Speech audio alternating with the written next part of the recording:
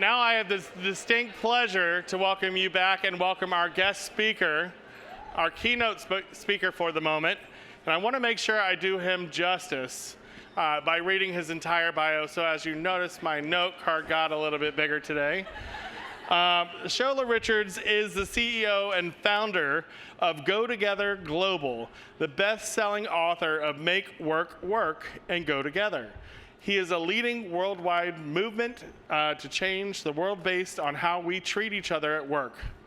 Shola's work has been featured on The Today Show, CBS This Morning, Forbes, Black Enterprise, Complete Wellbeing India, Business Insider Australia, and his tireless efforts to make the world a kinder place have earned him the well-deserved nickname, Brother Teresa. As a speaker, Shola has shared his transformative message with Fortune 50 companies, top universities, leading healthcare organizations, Silicon Valley, the motion picture industry, on the TEDx stage, and his greatest honor to date, and I love this one, Shola.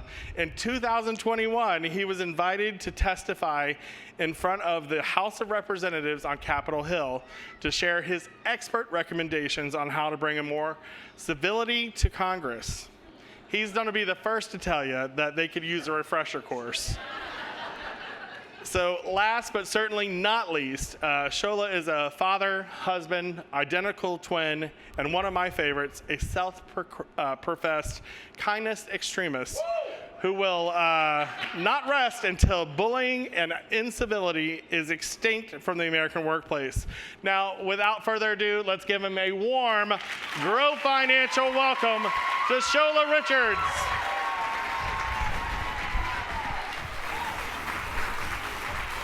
What's up, Grow?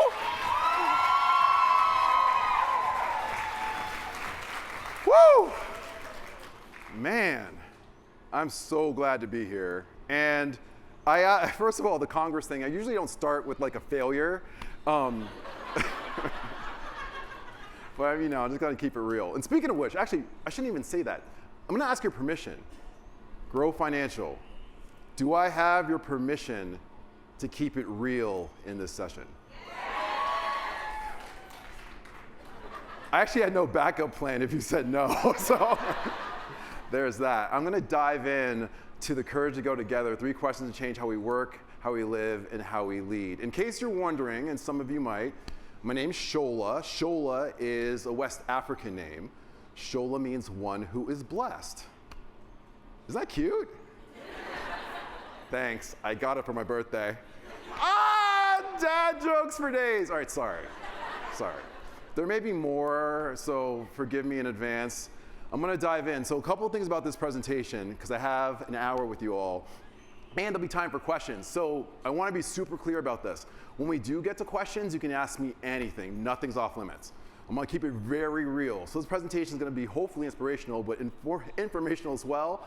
And dare I say, one thing that it will not be is it will not be boring.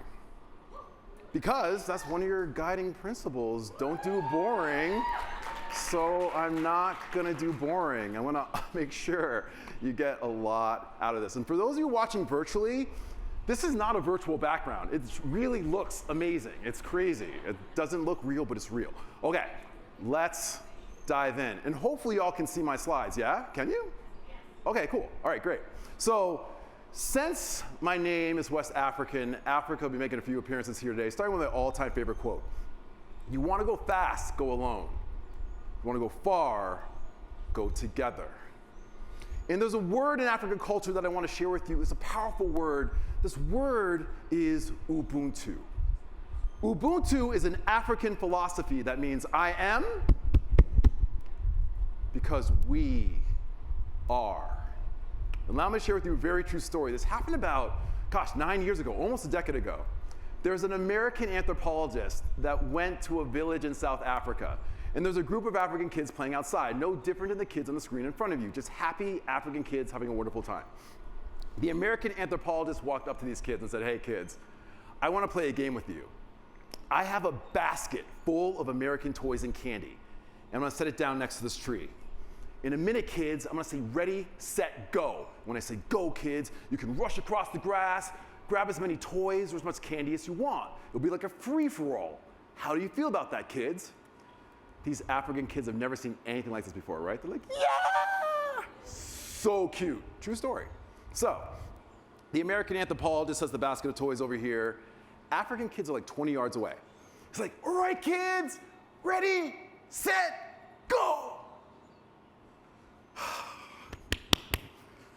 What happened next, Grow, is fascinating if you catch it, because it's subtle.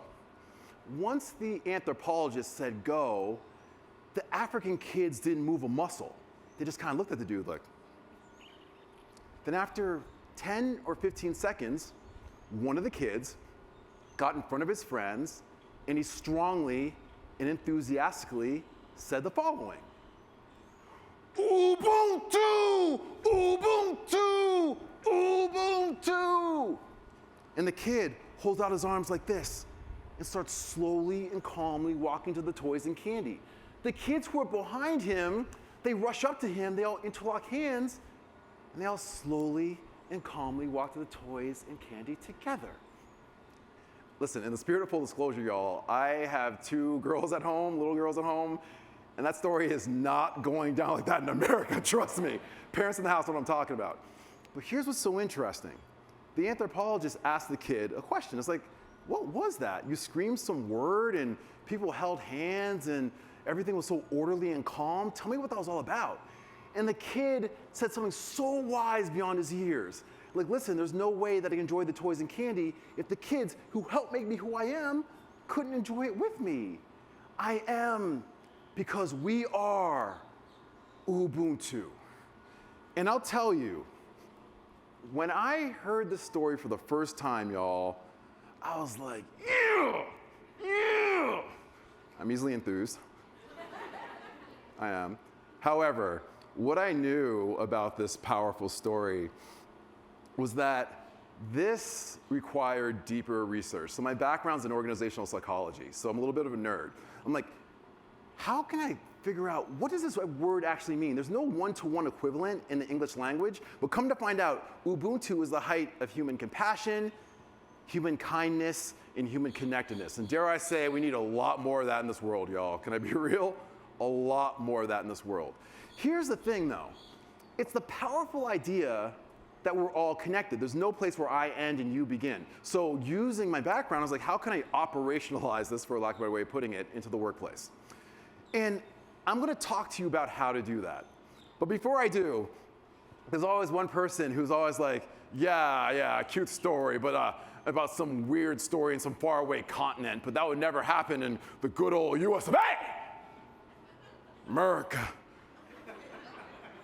Look, I'll tell you, you'd be so wrong if you believe that. And unfortunately, one of the best examples of Ubuntu comes from one of the darkest moments in our country's history. September 11, 2001. I remember this, and I think about this often. When the World Trade Center towers went down in New York City, it was fascinating if you watch what happened immediately afterward.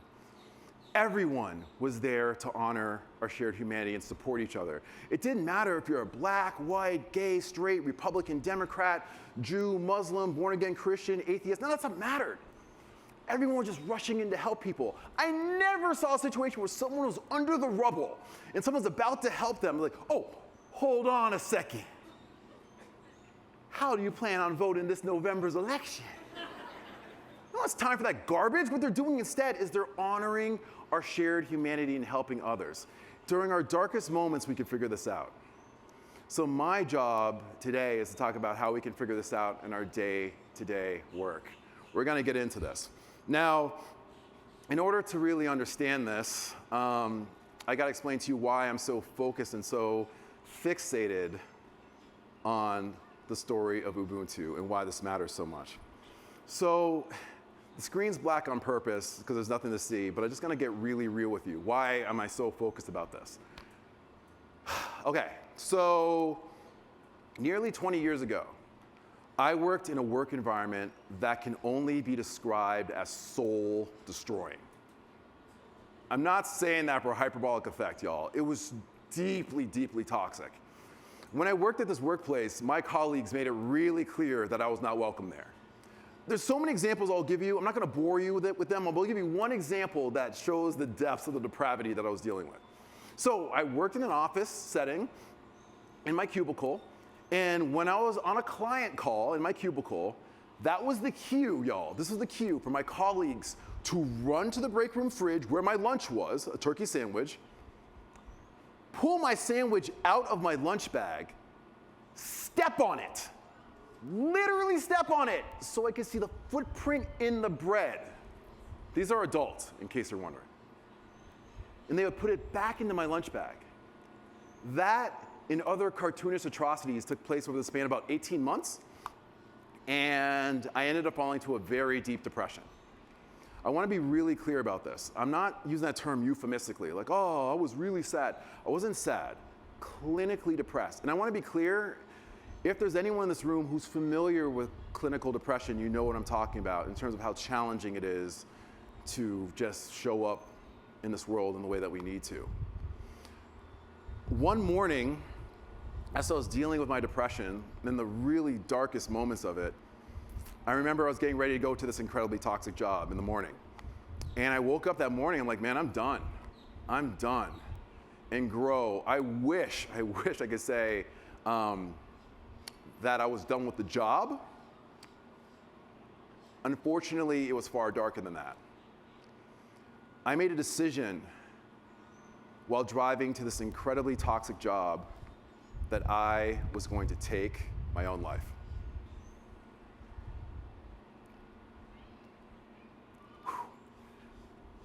Sorry, y'all. Dang, I share the story a lot. It's not like this is the first time I'm sharing it. It never gets easier to talk about this. Is this the point? I'm just gonna get really real with you. I live in Los Angeles, and so that morning, while driving down the I-405 freeway in Los Angeles, I attempted to drive my car off the overpass in an attempt to make it look like an accident. And for reasons I'm not quite clear on, but super grateful for, the guardrail held. I came back into incoming traffic. And I spent the better part of the past 20 years not only trying to unpack what happened in that moment, but y'all, I have dedicated my life to make sure that no one in this beautiful country of ours ever has to deal with that level of toxicity ever again. That's what I'm fighting for, y'all. Heck yeah, it's time, and you're part of the movement now. And we're gonna talk about how to honor this movement, and thank you for allowing me to share. I think sometimes we shy away from topics around mental health, and we really need to talk more about that, to be quite honest. And statistically, if you think about it, 70% of the global workforce say this has been the most stressful 12 months of their lives, and 78% say their mental health has been affected. Listen, I'm part of the 70 and 78%. Real talk, we are under more stress now, today, than we were during the height of the pandemic. That's wild to think about. But a challenge that I want to put in front of all of you is please take your mental health seriously. I don't understand how we can, I'm on hashtag get yourself a therapist. I literally just made that up, that hashtag. But I'll tell you, I could not get through my life without a therapist. And I think a lot of folks shy away from that for whatever reason. And oftentimes the excuse is like, I'm too busy to worry about my mental health, I'm too busy. That's like going on a road trip and being like, I'm too busy driving to stop to get gas. What? You know, that story's gonna end. Please take care of mental health. And I'm gonna say something, a cautionary tale to my men out there and at home. 75% of all suicides in America are men.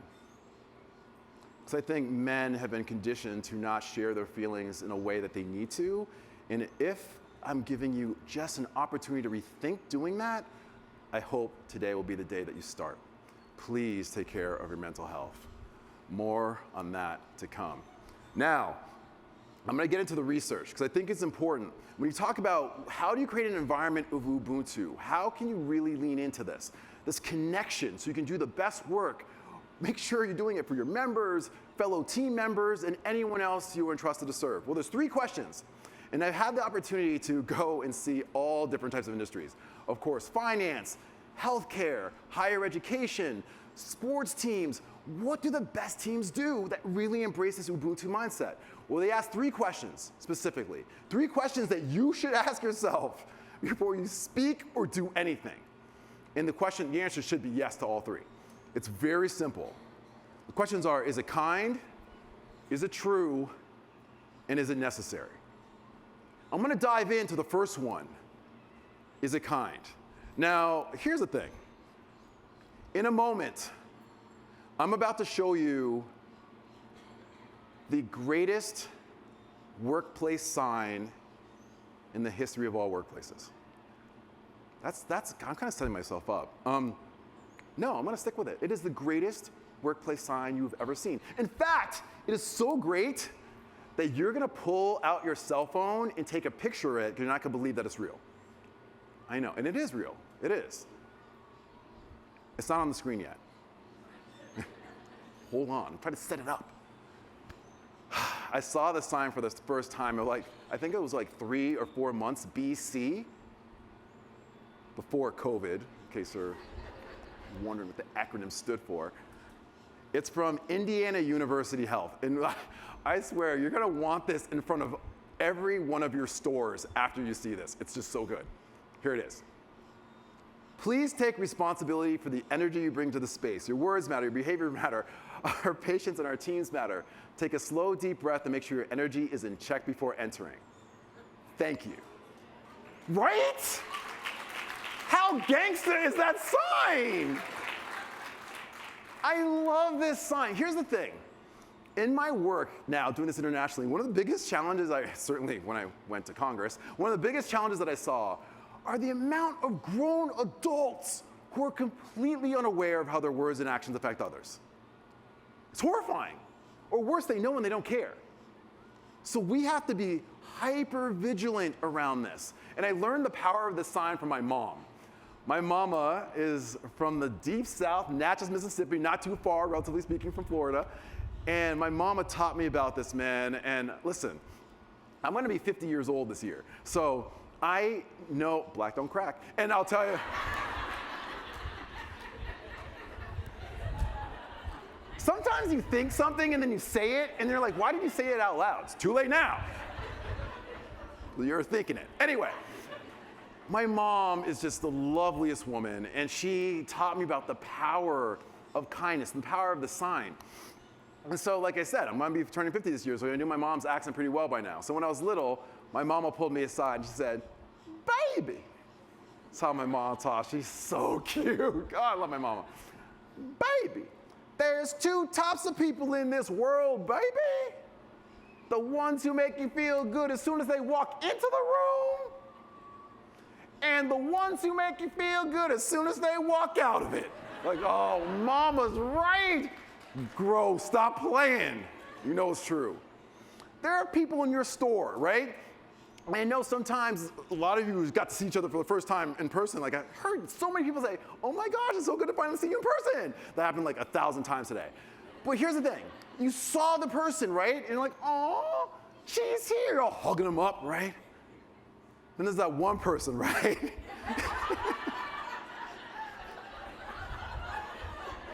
That one person leaves the room. You're like, oh my gosh, they're gone. You're like chest bumping random members in the hallway. Oh! Why? I'll tell you why. Kindness. So I'm gonna be so clear with y'all on something because you need to hear me on this. Kindness is one of the most powerful tools we have, and one of the most important, I feel, of your guiding principles, which will come up in a second. I'm clicking it. It's coming. It's coming. There it is. Keep the lines open. No, so I'm going to share with you something that's going to really lean into this guiding principle because it's very important. One thing that I want you to stop doing effective immediately is stop using the words kind and nice interchangeably. They're not the same thing. They're not the same thing. Nice by definition means being polite and agreeable. And can we just agree that's a super low bar? Right? Some of the worst human beings on earth can squeak out a please or a thank you once in a while. And the problem with niceness, and there's a lot of problems, like, niceness has its place, right? But the problem with niceness is that a lot of people avoid difficult, important conversations, right? Because they don't want to appear impolite.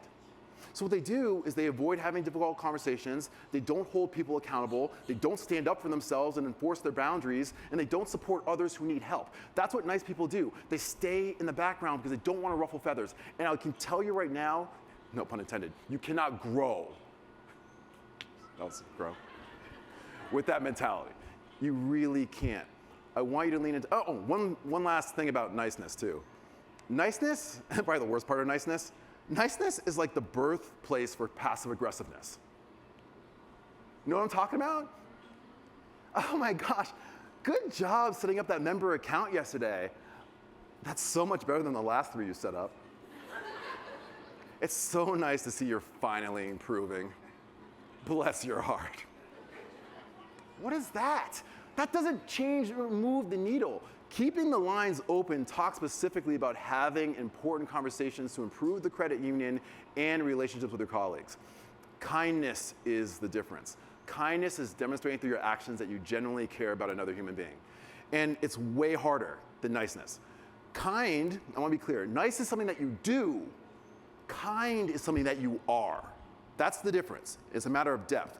Have any of you ever had a situation where you walked into like a shopping mall or something maybe, and you held the door open for someone, and the person walked through the door, and they didn't even acknowledge that you held the door open for them, right? Super annoying, right? You're like, you're welcome!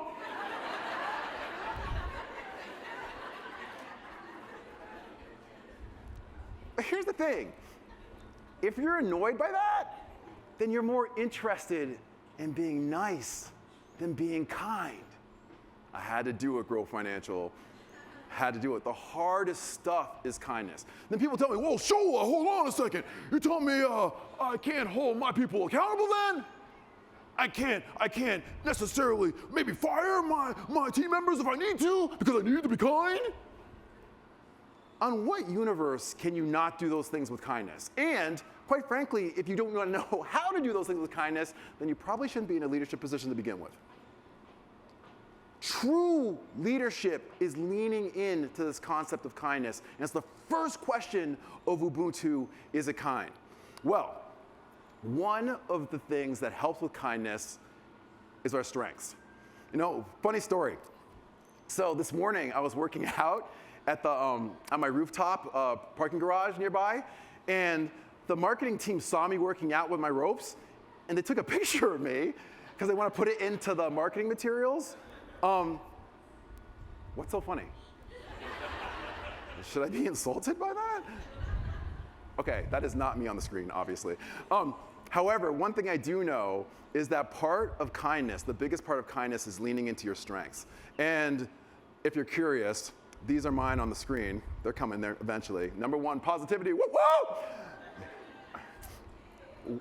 Once you lean into your strengths, you do your work from a place of strengths, it makes it easier for you to lean into kindness. So that's one of the, probably the least talked about aspect of Strength Finder is the ability to lean into your strengths because it creates a kinder environment for you and for others. Now, the enemy of this, if we're going to be real, of kindness, is something that we talk about often. It's incivility. Incivility, for lack of a better way of putting it, incivility are the low-level behaviors that make you lose faith in humanity. Take a look at the screen and tell me if any of these are things that maybe you've seen in your stores, hopefully not. But I'll tell you, these are the things that we can't let happen. As we say in this work often, what we allow is what will continue. And if you're wondering, statistically, there's a cost to this. These are not victimless crimes. There's a book out there called The Cost of Bad Behavior, which you should check out. 2 researchers, Christine Porath, Christine Pearson out of Georgetown University. And they said 25% of the time, when people deal with incivility in the workplace, they take out their frustrations on the people they're entrusted to serve, AKA your members. 48% of the time, team members have said that they intentionally decrease their work effort. And 78% of the time, over 3/4 of the time, team members say that their commitment to the organization declines. This is why we cannot allow incivility to exist in our stores or anywhere within the credit union. Now let me ask you, by an honest show of hands, because we've all kind of dealt with this before, how many of you have ever worked with someone who has an attitude problem before? Anyone? Oh my God, that's super depressing. Okay, put them down! Why'd I ask? You know what's funny though? When I ask that question, it's like, especially with people who actually work with each other, it's always funny because like, why is she raising her hand? She's the one with the attitude problem. Every time, man. There's a self-awareness issue, so we gotta be real with this, right? So here's a quote that will hopefully help you with this. It's coming. No single drop of rain believes that it is responsible for the flood. Listen, it cannot be everyone else, right? Part of being kind is understanding that we could be kinder. It's a powerful thing. And one of the ways to make sure that we understand that we're the raindrop, one thing that we can do to truly practice kindness in the spirit of Ubuntu is commit to leaving every single thing you touch and every one you touch just a little bit better than you found it.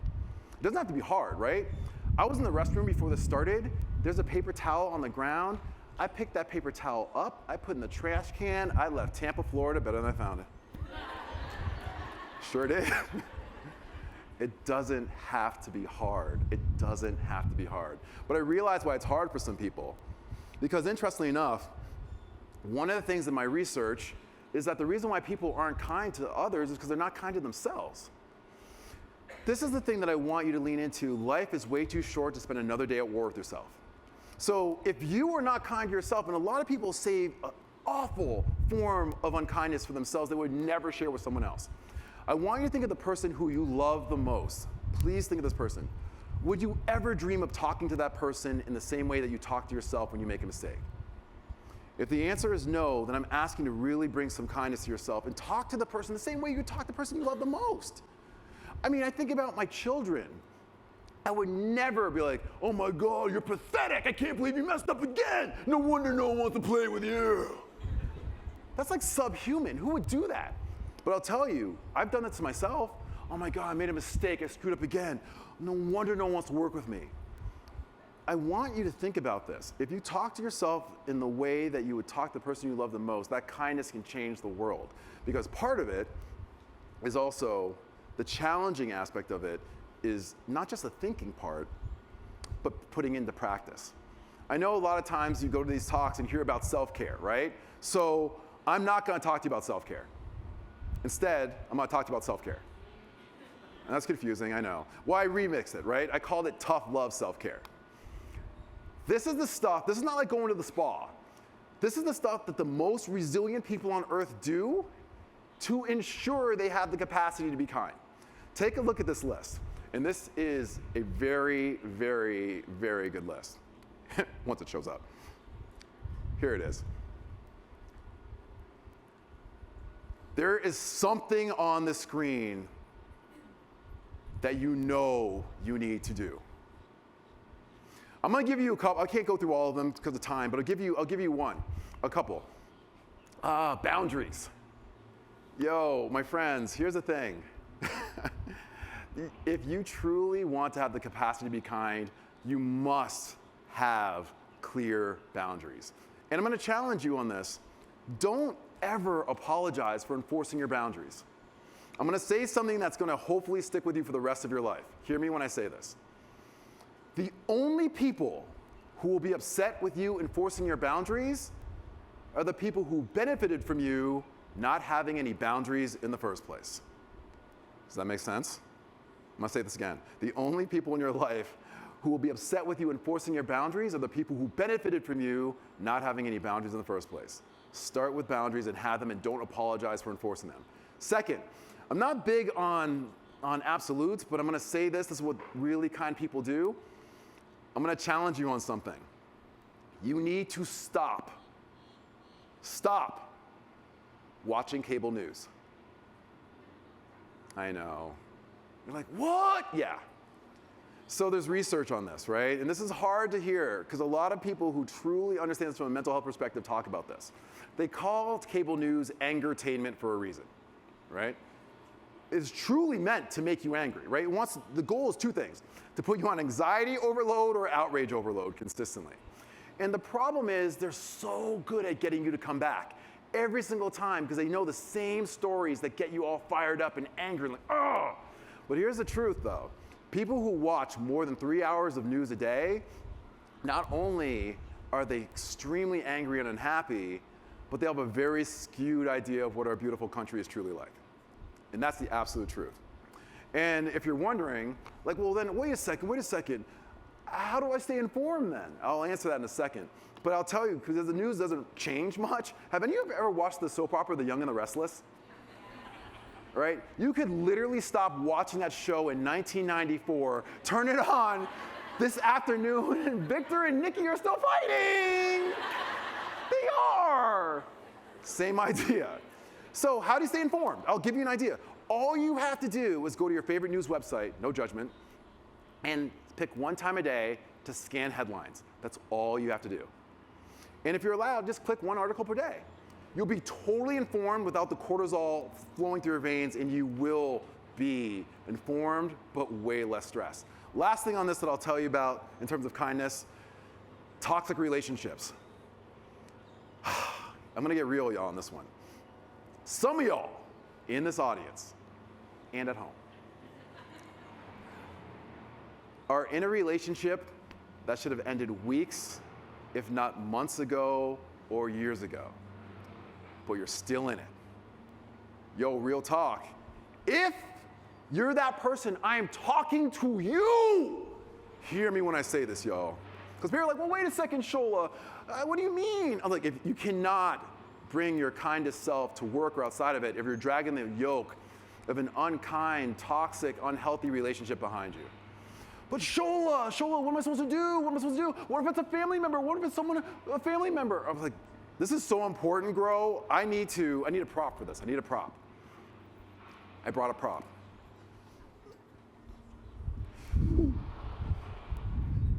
Is it weird that I hit a foam microphone on stage? I got here 4 hours early so I could do that. True story. I'm talking into the microphone, and for those of you that need to hear this message, hear me when I say this, y'all. Some people in your life need to be loved from a distance.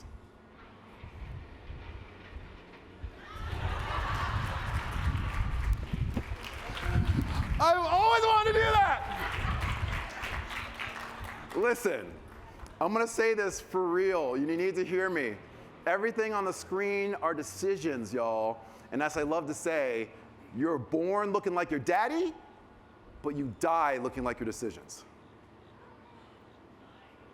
Yes, let that marinate for a minute. Let's move on. We've got kindness out of the way, and now we're gonna get to a little harder stuff. We're gonna talk about, is it true? Which eventually will come. It'll come.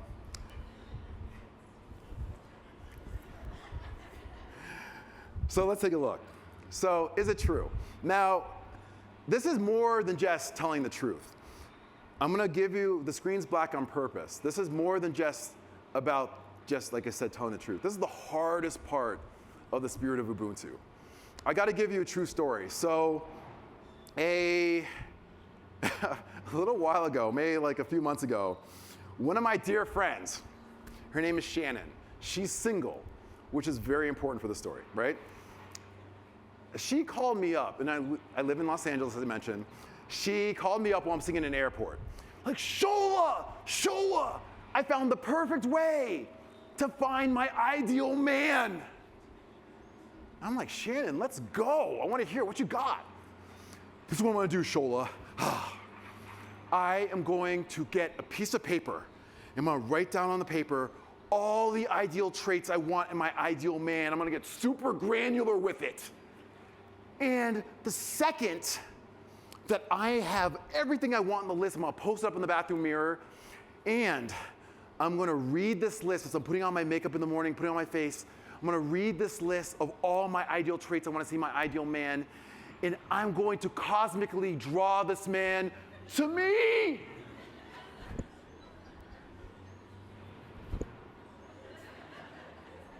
How do you feel about that, Shola? Grow Financial. My response may surprise you, actually. I was like, Shannon, that's brilliant. She's like, it is? It is. You just forgot one thing, though. Like, what'd I forget? Listen, get that list. Get that list. Please get that list and write down all the traits you want in your ideal man. Get super granular with it. And go now. I know, I'm going to do it. Put it up on your bathroom mirror. I know, I'm going to do it. Here's the thing you forgot. The second you put that up on the bathroom mirror, I need you to forget about your ideal man, and you become every single thing on that list.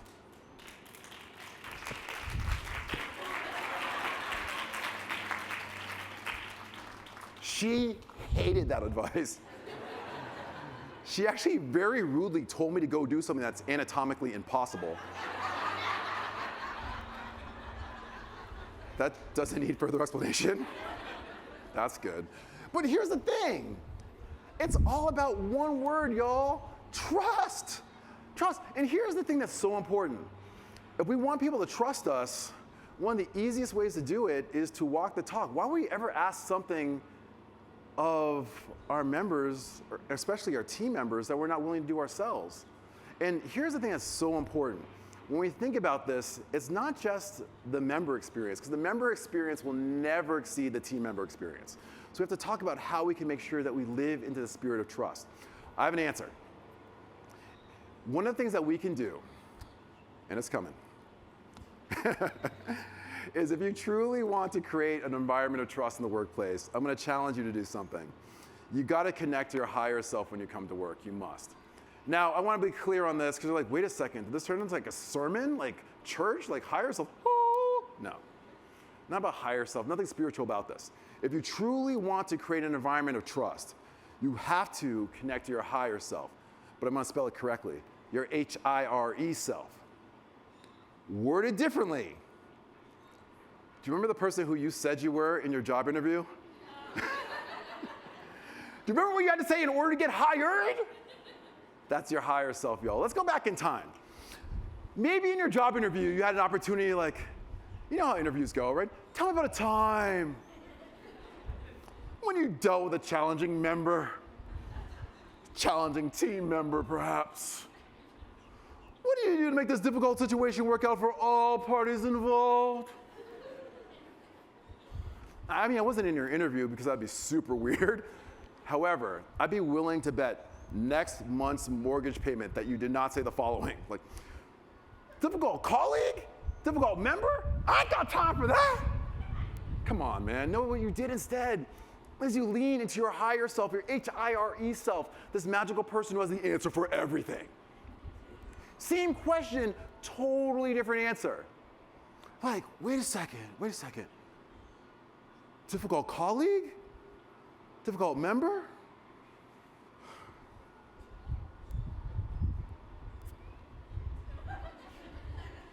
I'm glad you asked.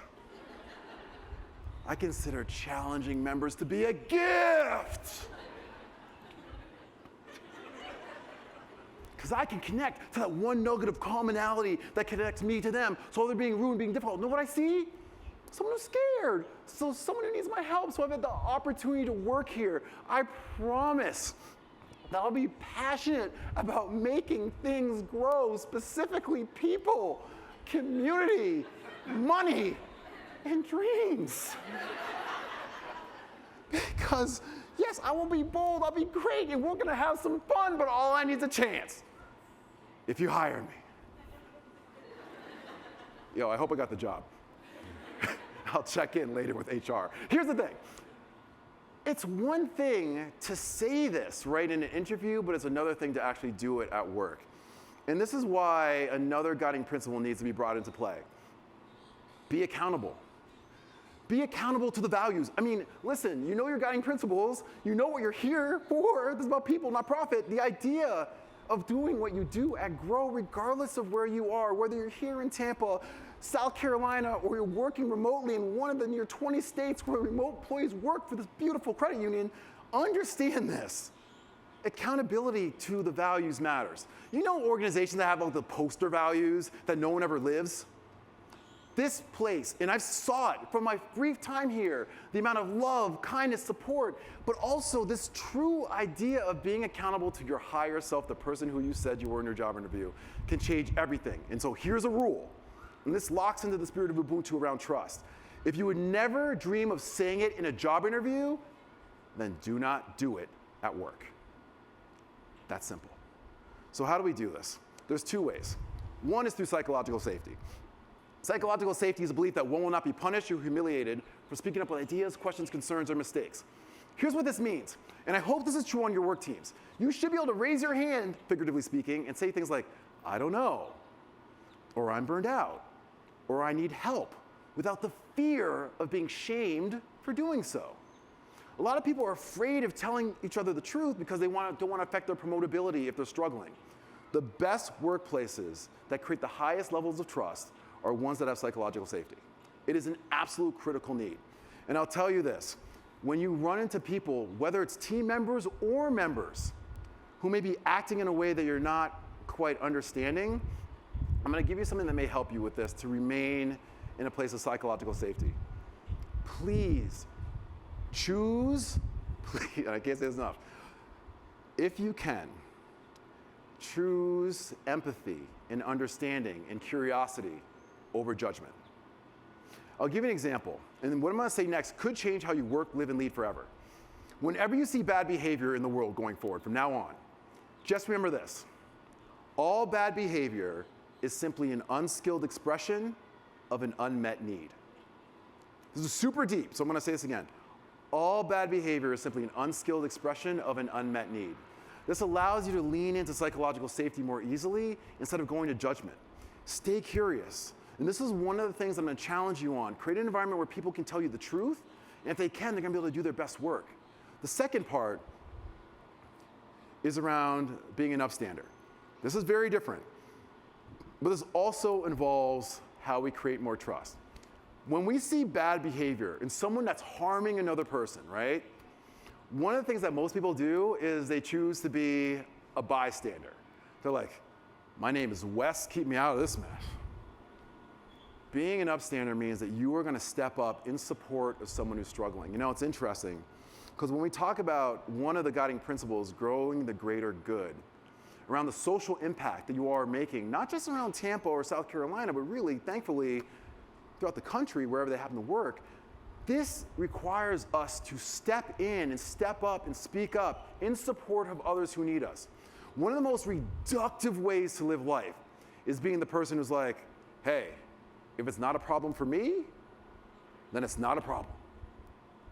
I'm challenging every single one of the team members here and virtually.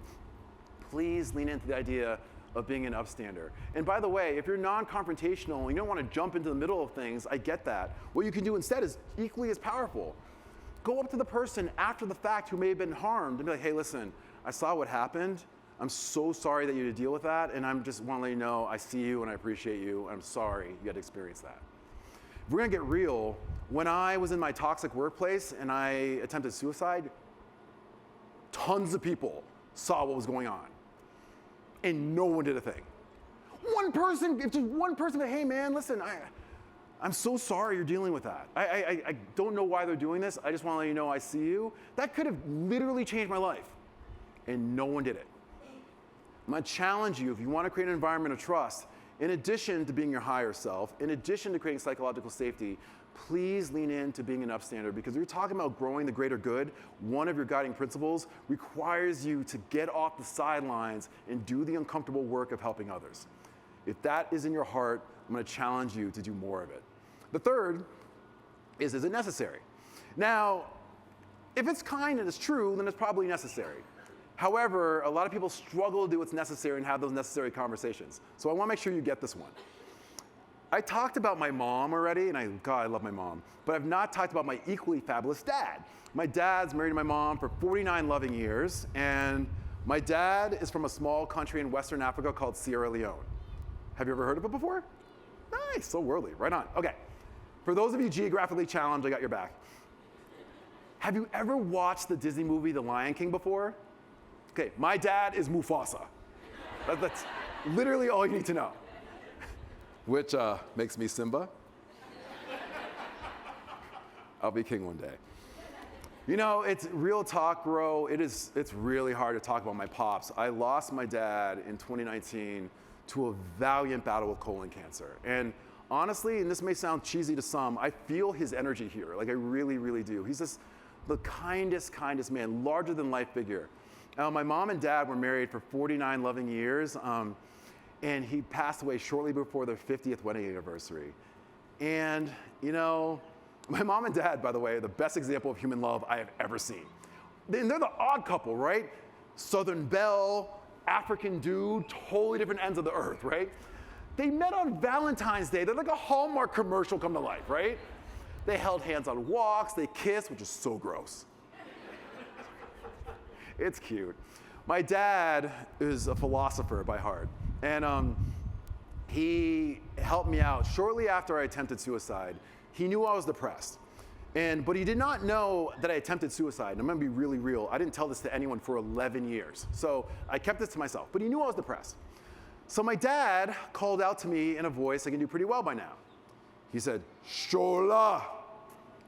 Lots of accents growing up in the Richards household. Shola, come here, boy. We need to talk. So my dad's a big African guy, so he says I need to talk. This brother's coming because he said so. I was like, yeah, Dad. What's going on? Shola, you said you think you're too small to make a difference. Is that true, boy? And I was like, yeah, Dad. I mean, listen, my girlfriend doesn't listen to me. My basketball coach is like, silence, boy. And I was quiet. Listen to me, boy. Sit here. Hear my story, boy. I need you to be the buffalo, not the cow.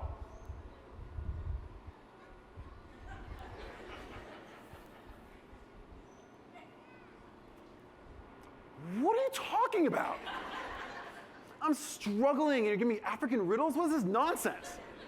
Shola, listen to me, boy. When a storm comes, boy, what the cow does instinctively is it turns away from the storm, boy, and it tries to outrun the storm, but all it does is prolong its time in the storm. Foolish cow. But the buffalo, boy, what the buffalo does, he turns the storm knowing discomfort is waiting for him. And is it hard? Yes, boy. Is it challenging? Yes, boy. But two things happen because the buffalo persists.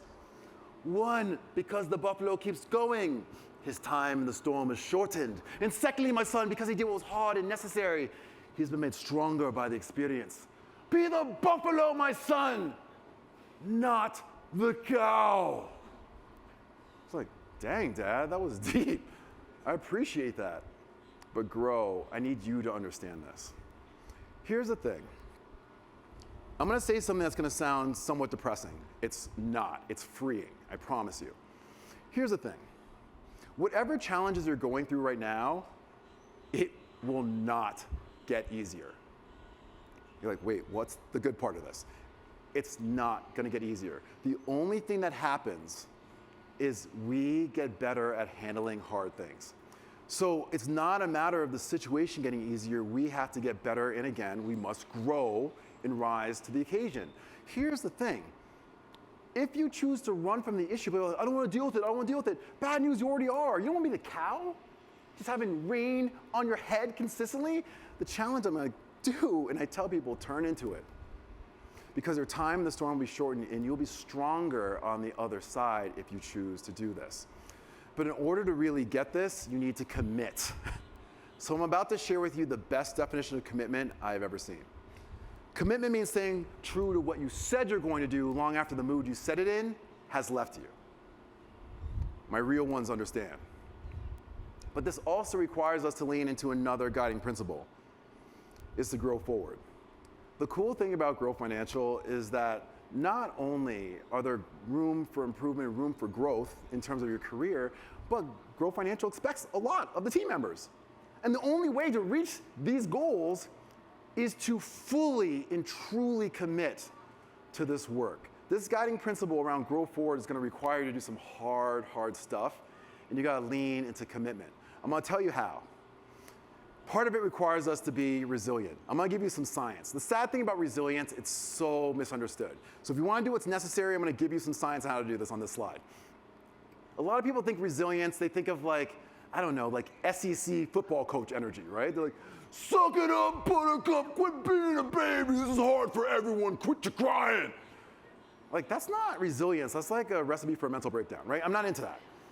True resilience realizes that you can't do this alone. And thankfully, there's research out of Harvard University, Harvard Business Review to be specific, around who you need to have in your crew. 8 areas. I'm going to go through them each one by one, and I want you to think about, do you have these people in your crew right now? Empathy, connections that provide empathic support so you can process negative emotions. For me, it's my therapist. I could not imagine not going through life without him. Do you have someone who you can release negative emotions with? Humor. I'll tell you right now, if you take yourselves too seriously, this is going to be a hard slog, y'all. I mean, I was telling one of my buddies the other day, I was like, man, for people who love to worry, this is a great time to be alive, isn't it? This is a wild time. You better have someone in your crew that can remind you of the ability to laugh, and sometimes laughing at ourselves. Don't be the person who takes yourself too seriously. No one likes being around that person. It's okay to laugh at yourself, and it's a powerful thing to help your mental health. Purpose. This is the cool thing about having this day. You get to be around people who maybe you've only seen virtually, and again, hey virtual folks, you have an opportunity to connect and see, oh my gosh, you have legs, it's so good to see you. It's one of those things, today is a day where you have the opportunity to truly lean into purpose. Do you have someone who can remind you of that consistently? Perspective. Bad things happen, people get sick, people die. Do you have someone who can, this is my wife. My wife is very good at helping me maintain perspective, and I need her in my world for lots of reasons. Vision. This is someone who's like a mentor to you. And the cool thing is when a lot of people get hired here, you get sometimes buddied up, which I think is really great with someone who's maybe gone the path before them. This is an opportunity to have someone in your world who can help you see the vision. Pushback. Listen, connections that help us find the confidence to push back and self-advocate. I'm what's called a I'm a recovering people pleaser. You gotta have someone who's gonna push back and just, no, Shola, you're not gonna do that. No, you don't have to pick up this kid from the airport at 1 in the morning on a Tuesday. Like, you gotta be able to have someone to help you self-advocate. Politics, not the stuff I dealt with in DC, thankfully, but interpersonal politics. Hey, I know this member can be kind of challenging. Let me work with him. Like, I know how to handle him. Having someone who can help you navigate to interpersonal politics, and then work surge when work gets busy. I'm curious, keeping in mind, there should be one thing on this slide that you do not currently have, and if you do, commit to increasing this and gaining this so you have the ability to do what's necessary. These are the 3 questions. Now, I'm gonna be real with you. At this point, after I share a little bit of the research, I'm like, wait a second, is it kind as true as necessary? I'm already doing that. I'm already doing it. You didn't teach me nothing. Okay. Here's the thing. There's a quote from The Matrix, I think, where Morpheus said to Neo, he's like, Neo, one day you'll learn just as I did. There's a difference between knowing the path and walking the path. There's a lot of people who know what to do, but are actually not doing it. And this is the thing that I get to see all over our world, certainly in our country. This is the challenge. I'm gonna talk to you about this. And by the way, totally off script.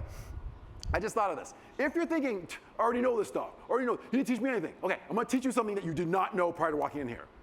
I promise you did not know this. Did you know that the singular term for confetti is confetto? There's no way you knew that before I said that. You're welcome. Okay, back to our regular schedule programming. So if you think you're like, wait a second, I really want to make sure that I put this into practice, but I think I'm already doing it. Allow me to lovingly throw some cold water in your face. Lovingly, right? Kindness extremists and all that. Gotta stay on brand. Okay, I'm gonna tell you a story. And this is a true story, whether you believe it or not, and you should look this up if you don't believe me. Okay. Something amazing happened in our country's history that very few people are aware of. It happened, and it's April 19th, 1995. It happened in Pittsburgh, Pennsylvania. There's a guy named MacArthur Wheeler. He's a low-level criminal known for robbing convenience stores and gas stations. The morning of April 19th, 1995, MacArthur Wheeler woke up. He's like, yeah, tired of robbing convenience stores. It's time to rob a bank. I mean, at least he has aspirations, right? So, in the morning of April 19th, MacArthur Wheeler drives to the bank. Not a credit union, a bank. And he has a jug of lemon juice in the passenger seat of his car. He takes the lemon juice and he pours it in his hands as he's sitting in the car, smothers himself with lemon juice. So he's dripping with lemon juice. And he's like, yeah, time to go rob the bank. Let me stop here. If you're paying attention, this should make no sense. None. You're tracking fine, and I would be confused too. Lemon juice, robbing a bank, what? What are we doing? It makes no sense unless you're MacArthur Wheeler. MacArthur Wheeler read somewhere that lemon juice is the primary ingredient in invisible ink.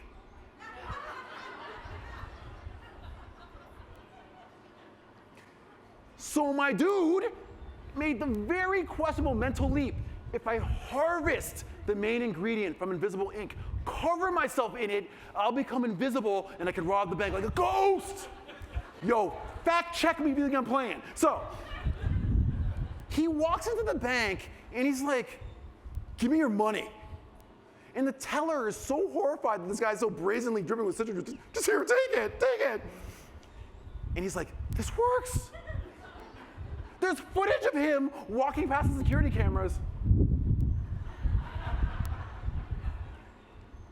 And then he decided to cross the street and rob the bank across the street, why wouldn't he? Where he was promptly arrested, obviously. The police officers are handcuffing him and putting him into the squad car, and as he's getting into the squad car, he's like, how'd you see me?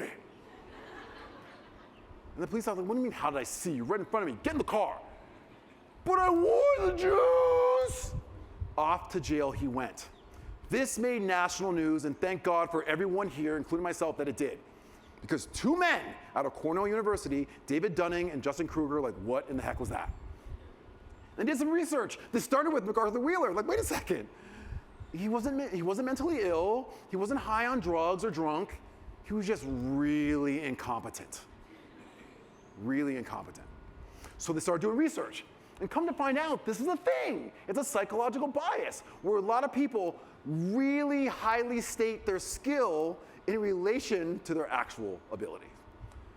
There's a word for this, or a phrase for this. It's called the Dunning-Kruger effect. Okay, now, here's the thing. The Dunning-Kruger effect summarized. People who are very incompetent at something are too incompetent to realize their own incompetence. Does that make sense? Okay, ever watch American Idol? Like in the audition rounds? It's like, girl, I sound like Whitney Houston. Like, no, you don't. How dare you? Slander. This is Dunning-Kruger. So I'm going to give you a jarring example of what Dunning-Kruger looks like. I'm going to show you something on the screen in a moment.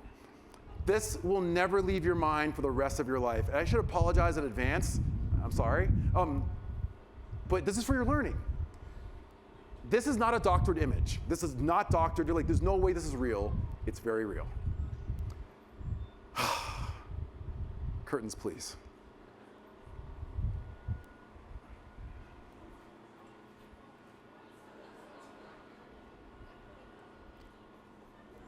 What could go wrong? Shocking, right? Get it shocking, Darwin, take the wheel. Look, here's the thing. This is horrifying, but this is like what Dunning-Kruger looks like. They're like, I think we got it. While we're having a good laugh at these three guys' expense, what we should be doing instead is realizing how much in common we have with them. Wait, what? Yeah, here we go. Interestingly enough, did you know that 75% of Americans believe that incivility has reached crisis levels in the United States? But 94% of Americans believe that they are always or usually polite and respectful to others. How horrifying is this? 75 people are like, oh my gosh, this country's a dumpster fire. But I ain't got nothing to do with it though. We're in the pool, y'all, figuratively speaking. So my job is to make sure that we stay out.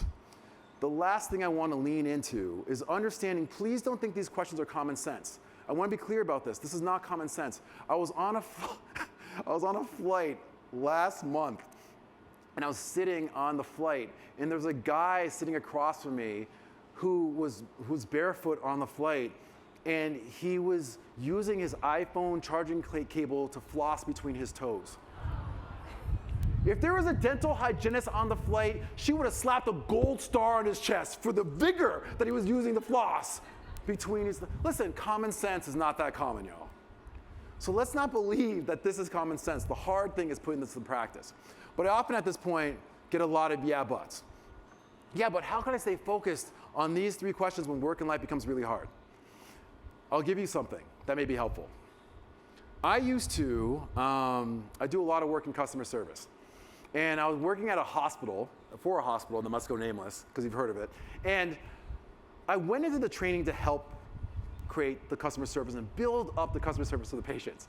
There's a guy who came to my training, and he's wearing like the super tight tap-out shirt. You know that guy? Right? He buys a shirt from the mall. He like thinks he's an MMA fighter, that guy.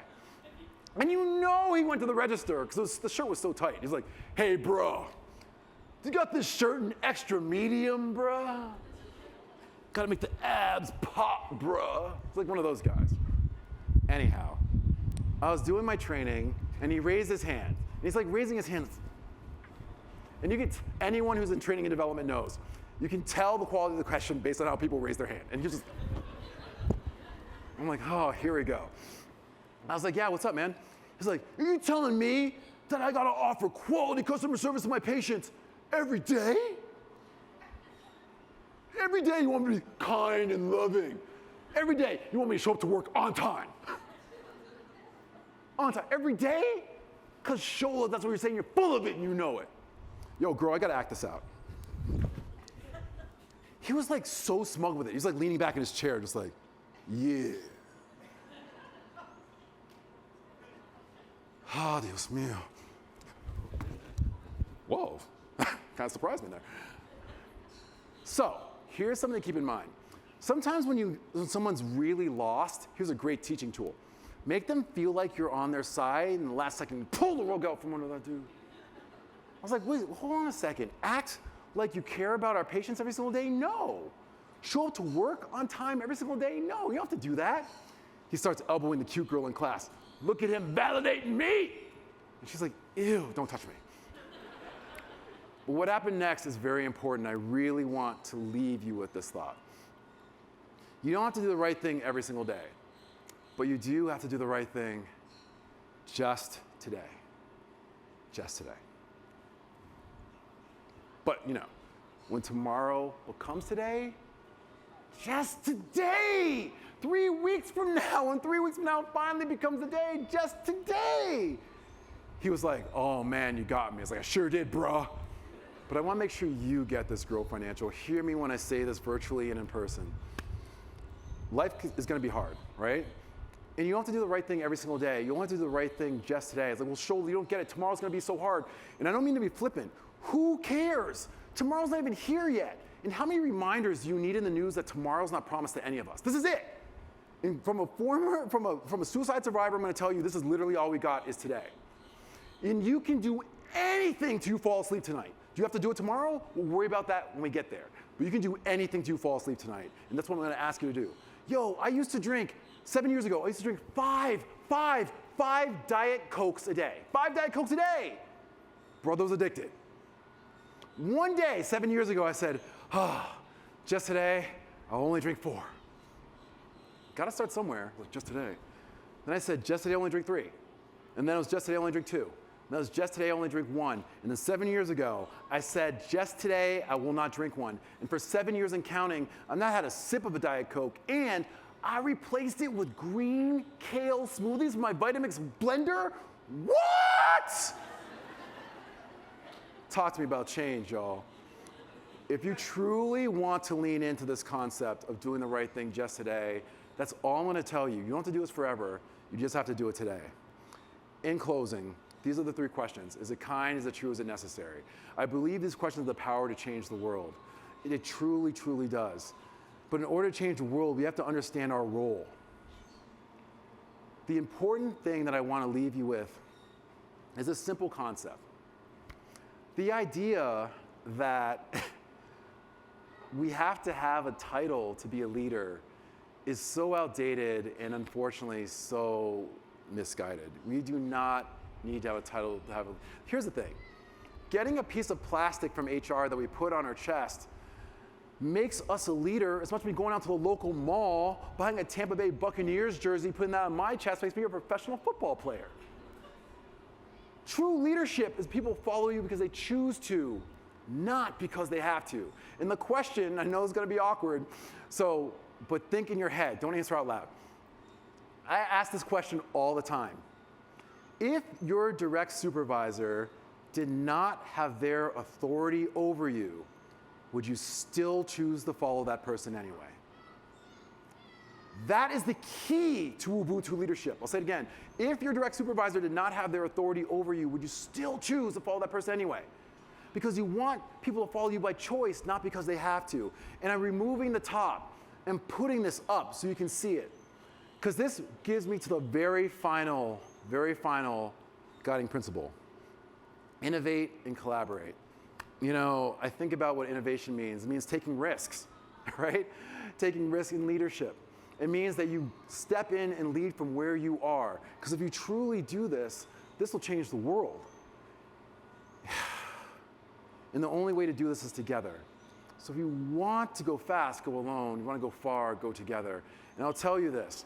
For someone who struggles still with mental health to this day, I know the kindness of our fellow colleagues, our community, our world can change a life, man. And so if you want to do something, have a true impact on this world, just be a little kinder. Lean into the idea of connection to the spirit of Ubuntu. And most of all, be accountable to being part of the powerful change that this world needs. Ubuntu! And thank you all! Appreciate you guys!